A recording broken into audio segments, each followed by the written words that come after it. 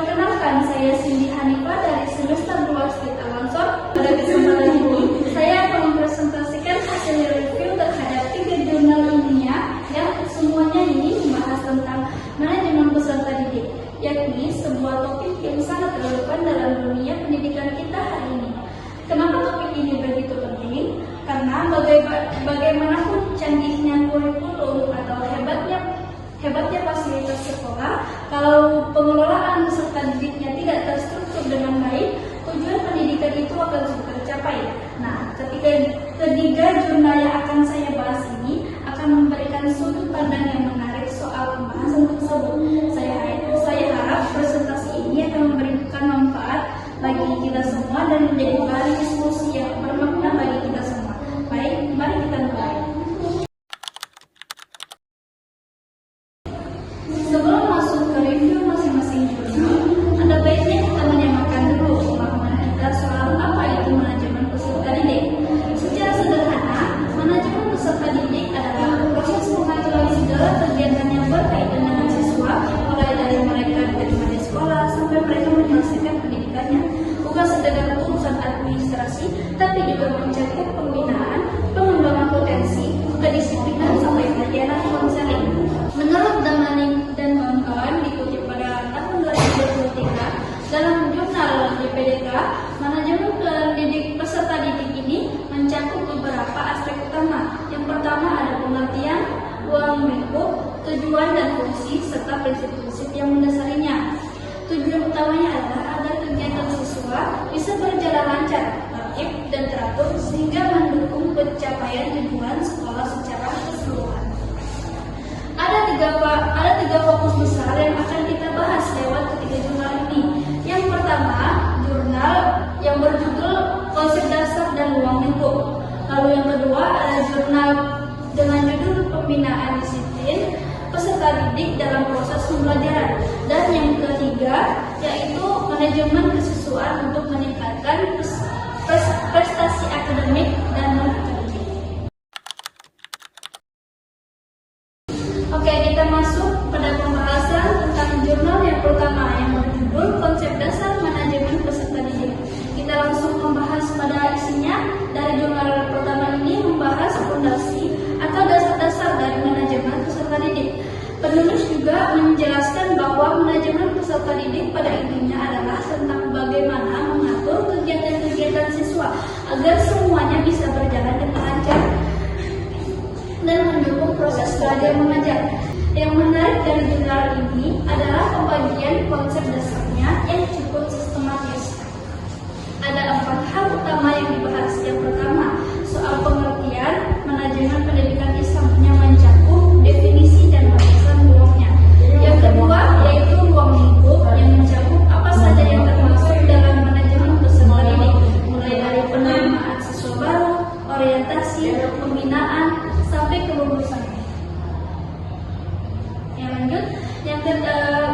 Yang ketiga tentang tujuan dan fungsi yang mencakup mengapa manajemen peserta didik itu penting dan apa manfaat bagi sekolah. Dan yang keempat ini prinsip-prinsip yang mencakup nilai-nilai atau pedoman yang harus jadi pegangan dalam menjalankan manajemen pendidikan, manajemen peserta didik. Oke, kita masuk pada pembahasan jurnal kedua yang berjudul Pelaksanaan Pembinaan Disiplin Peserta Didik dalam Proses Pembelajaran. Kita langsung membahas tentang ringkasan isi dari jurnal kedua ini.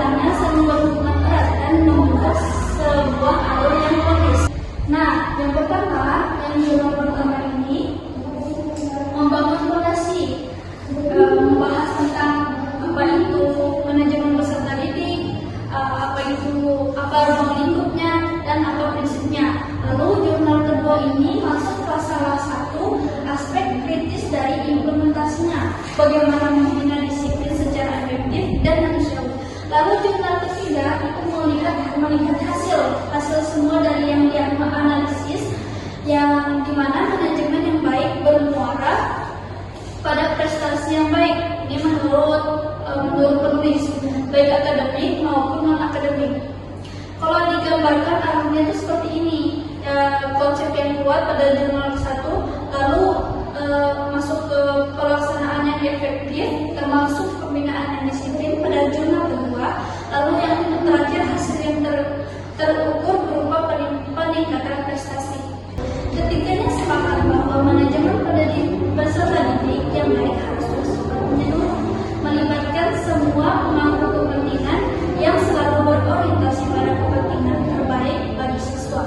Perbedaannya hanya pada pendekatan. Yang pertama, jurnal yang pertama yaitu tentang konseptual, membahas tentang konseptual. Kalau jurnal yang kedua ini tentang praktis implementasi, mengimplementatif, dan yang jurnal ketiga ini membahas mengenai berbasis kajian literatur yang komprehensif. Justru perbedaan pendekatan inilah yang membuat ketiga jurnal ini saling melengkapi satu sama lain. Baik teman-teman, kita sudah sampai di penghujung presentasi ini, yaitu kesimpulan. Mari saya rangkumkan poin-poin penting dari ketiga jurnal yang sudah kita bahas. Yang pertama, manajemen peserta didik adalah pilar penting pendidikan mencapai